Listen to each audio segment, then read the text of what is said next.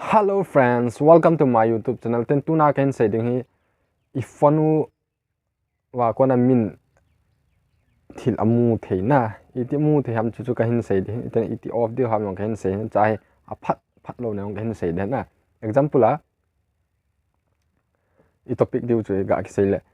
a chung langa phone chung langa che phone chung langa ga kai su a le message sung ho a pona ki mu the ki reply the lim hin thot na vet the naพอ to iti off du ham alo a pham ti ai koi pham na off a pham chu kan sei den okay ki pat ma sang comment chule bo nga hin ki pat ka video ha bula kon an hin vet page ni ki pat thu kan sei na ten ka channel la tha na hin lung set ten subscribe pe na like share na hin bol pe ding kan thu me okay direct pan pai taw den screen a cha kan pin tabang hin che ka phone hi alok nga hena tu a he alok pet lai ta hin alok wa ka kai to wa le ka hin kai su a le ti a u mai cha wang phacha ki mu thei pon cha screen a khen pin cha hi mi to ka text na ho direct ka reply the na direct ka reply the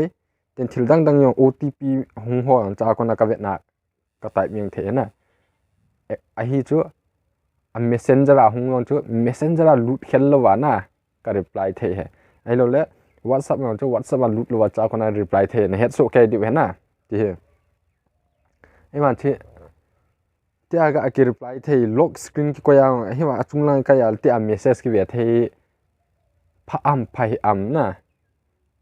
cha ko na hi data leak the ham ai lo le ithil min amu the ham ti le he nge amu the na amu the ji a chu ep bola pha ham ti le off a pha na I offload I off ki na le aphat lo na chu message notification hung ha ki mu ki lo he na chong choi hi kin ai ma chu nang head di chu OTP ma ham khan na tho I ma ham khan na me a elo link ham khan na me a OTP angai ho chu ahung din head le direct message box samana chi an vet ning the na elo la min message kain thot the tun ten chi important hi le direct WhatsApp ma kain thot the la WhatsApp ma na lu na vet the na screen khela chu ga vet di apha poi na chi chu ki ven lo wa he ki ven na di wa chu cho hi off ngai wa iti off di ham ti le setting an cheding setting a hi pin hold on notification bar na notification and status bar and hon na hold ha chika na hold ka cho ka se num be cho hele cha ko na hi mi khat nong hi OTP min hung lu na a phone koi na screen lo koi wang cho OTP lik nga OTP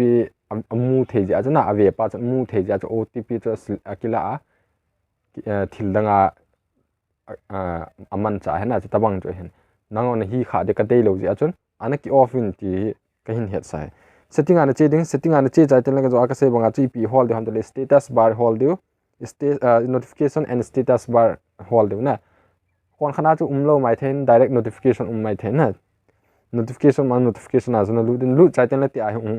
notification and status bar ki ti de ahum te cha ip off de ham te le ni omin chung pe na he display data use in notification drone kitin noya chila pull down on lock screen to access notification draw chi off de he na chi off ten la achung langa screen na kona notification hung ta lo de notification hunga la na het the lo na cha phat lo na het the lo de he ma chu I important things hi te important hi ten direct notification na chuna lut na ai lo le a message in thot na box na chuna lut na vet ning the hana chi chu a pha pen he ki ven pen ai hana lock screen ko ya min amu the hi ya chu ho chu koi lo wa pha ha chu ka het sa hen ka ki pa en bula ko an he vet pe jing pa thu kan se pa